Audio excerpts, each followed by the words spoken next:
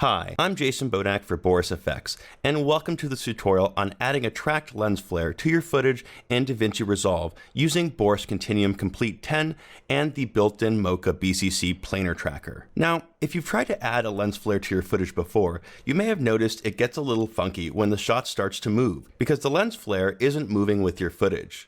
Well, using BCC 10's Lens Flare 3D effect in combination with the Mocha Pixel Chooser feature, we're able to add a lens flare to even moving footage, as you can see in this clip right here. Taking a look at the first one, we have the sun in the corner right here with a little bit of movement. Now we have a lens flare attached to it and moving with the camera. We can see that the lens flare elements over here are responding exactly as you would to the camera movement. Now let's jump in and see how we can do this. So right here we have our shot, and I have two nodes essentially laid out here. We see that we have our basic shot right here, but I really want to pump that up a little bit using a lens flare. We're getting a tiny bit of a flare here, but not enough for my satisfaction. So what is the first thing we're going to do? Well, because our clip is moving, as we can see right here, to add any type of realistic lens flare, we need to have that moving or responding as well to the movement in the footage. So what we're going to do is we're going to use the Mocha Pixel Chooser option built into Boris Continuum Complete 10 to help us with that. Now we have two nodes here. I'm going to leave one for the Lens Flare 3D effect and one for our Pixel Chooser. I'm going to go ahead and search for Pixel Chooser,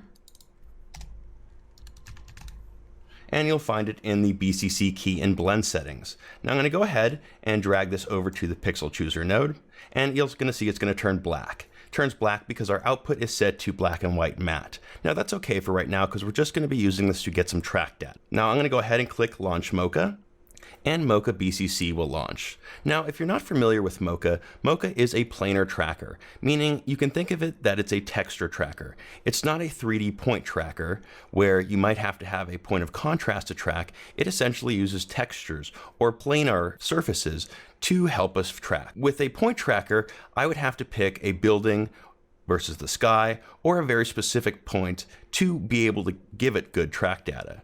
The beauty of Mocha is that we're able to track almost anything that has a tiny bit of texture. And I'm going to show you how we can do that right here. I'm going to go ahead and using my X-spline, which you can select right here, I'm going to go ahead and add a box around our sun because this is where I want our flare to go. I'm going to right click to get out of there, and I'm going to go ahead and use our track forward button. Now watch as it tracks forward how this really sticks right over here to the sun, and as the camera moves a little bit, it's still going to stick right there.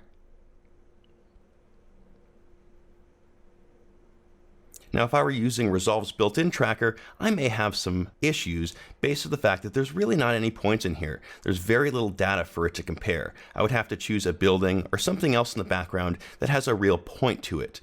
But the problem is I want this to go really far into the distance. And while it might work, it's not going to be as accurate. So I'm going to go ahead and take a look at our track right here. And we see that it stayed locked on to our sun right there, even as it goes off screen just a little bit, which is perfect. Now, one other thing that I want to do is I want to turn on the Show Planar Surface tool. And you're going to see a box come up here.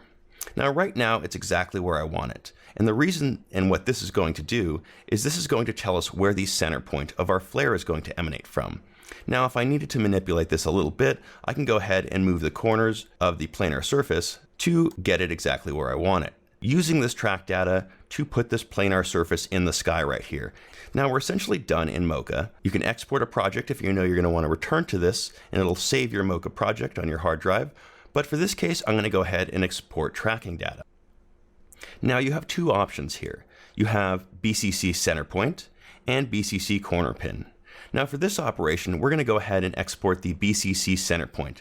And the reason why is we want the very center of this planar surface to be recorded. And that's exactly what center point does. This is what we're going to feed into Lens Flare 3D to show it where to put the flare and how to move it. So I'm going to go ahead and click Save. And as you can see, I've already tracked this, but I'm going to go ahead and overwrite that. I'm going to name it Flare Track just to keep things organized. And let's overwrite it. So now, if you know you're going to be back here, go ahead and save your project by exporting project, but we're pretty much done in Mocha, so I'm going to exit out of it, and I'm not going to save. Now, what you can essentially do now is either delete this node or remove that OFX filter, because we've gotten what we need from it. Now I'm going to go over to Lens Flare 3D. I'm going to go ahead to my OFX filters and look up Lens Flare. So I'm going to go ahead and drag BCC Lens Flare 3D to this node right here, and you'll see a bunch of things pop up on your screen here. You'll also see that the flare is right on our footage, and it's unfortunately in the wrong place. Now also, if I play this back, you'll see that the flare is not moving at all with our footage. So we have a little bit of a problem right there, but let me show you how we can fix that. First things first, let's go ahead and get this flare to move exactly as the footage is doing, and let's get the flare to go over here, right where the sun is. Now we're gonna go ahead and import our Mocha BCC data into this filter, and you get it by going all the way down to the Motion Tracker tab. Now I'm gonna go ahead and open this up by clicking the arrow right there. So I'm gonna go to Tracker Data and Load. Now I'm gonna go navigate to the folder where I saved my BCC center point data, and I'm going to double click on it. Now you'll notice one thing if I zoom in on our footage right here, you'll notice a red line. What this red line is doing is essentially showing that not only do we have track data, but this is what it saw the movement as, meaning it's going to start over here and it's going to end over there. Now that we see that, I'm going to go ahead and turn off Show Motion Path so it doesn't get in our way. But that's just a good way to check to see if your tracking data has been successfully imported. Now I'm going to go to Apply and put to Light Source. Now you'll see that our lens flare is essentially right on top of our sun. Now if I zoom out, we can actually see that the flare is going to move with our footage.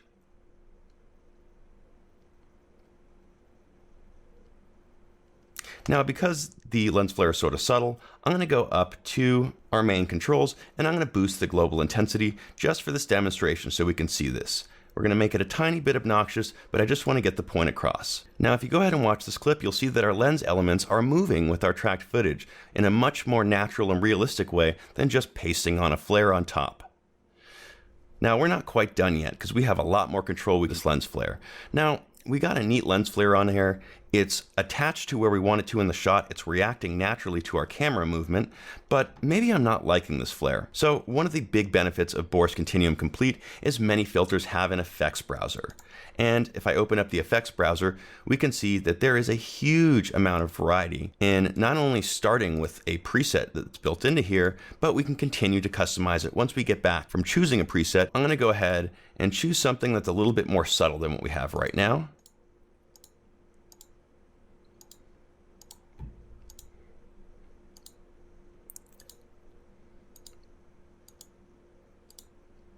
Now you can see there's a massive variety here and they're great starting points. Now I'm going to go ahead and with this green tactical because I want to be a little bit funky and also I want you to see what we're able to do with it. So I'm going to go ahead and click apply. And you can see now that this lens flare has been applied to our footage and tracked with the camera movement that we pulled out using Mocha BCC.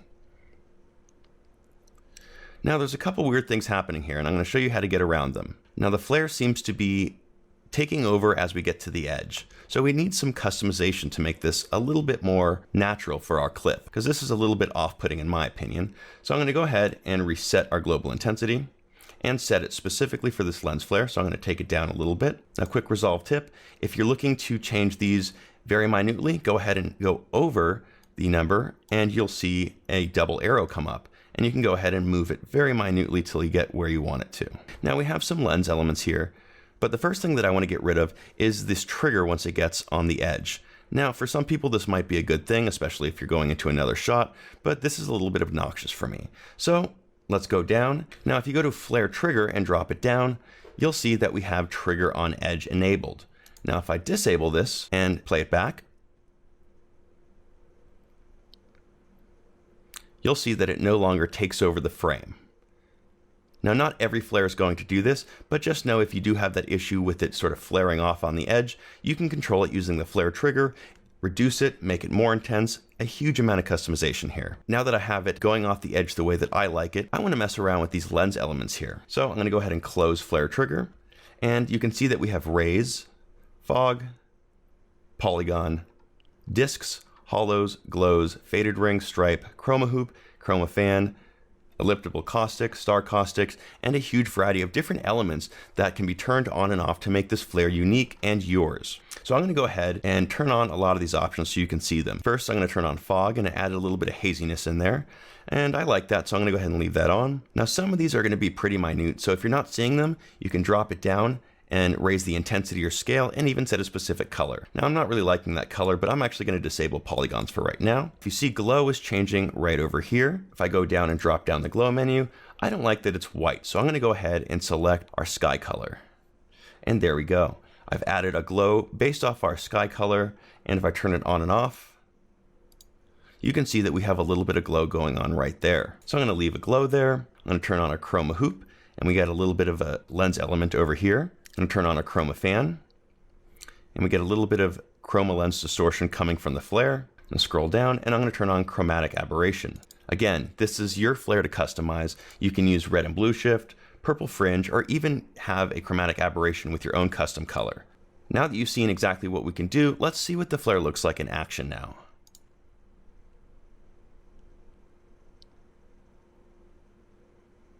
Now this is a pretty overwhelming flare, I agree, simply because we enabled so many of the different options in there, but I really wanted to show you how capable this plugin is. Now I'm going to go ahead and go up to our effects browser, and I'm going to add a different one. I'm going to go through and find something that's a little bit more subtle. I like this simple lens DD preset. Select it, and I'm going to go ahead and hit apply. Now, if you're always using the same couple of lens flare presets, they're all going to appear right here. This is the last several that you've used or selected, and you can use that to make quicker preset selections. But what I want to do is I want to go through all of these to find one that really fits my shot. And I think this one does. So I'm going to go ahead and apply it. And there we go. We see that our lens flare is not obnoxious. We have a little bit of lens element right here, and we have a lot more God rays going on right here with it right above our sun.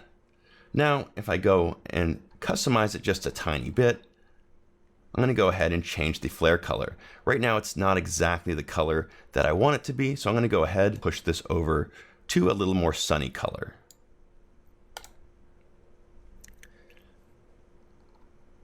And I'm going to turn on our fog. There we go. We now have a tracked lens flare to our footage in DaVinci Resolve using Boris Continuum Complete 10 and the built-in Mocha BCC option. Now let me play this back for you. And you can see that not only does the flare move naturally, but the lens elements move naturally as well. We're not trying to make a J.J. Abrams lens flare, we're just trying to add a little bit of punch to our footage. Now, I hope this tutorial has been useful to you, and I look forward to seeing you in the next one.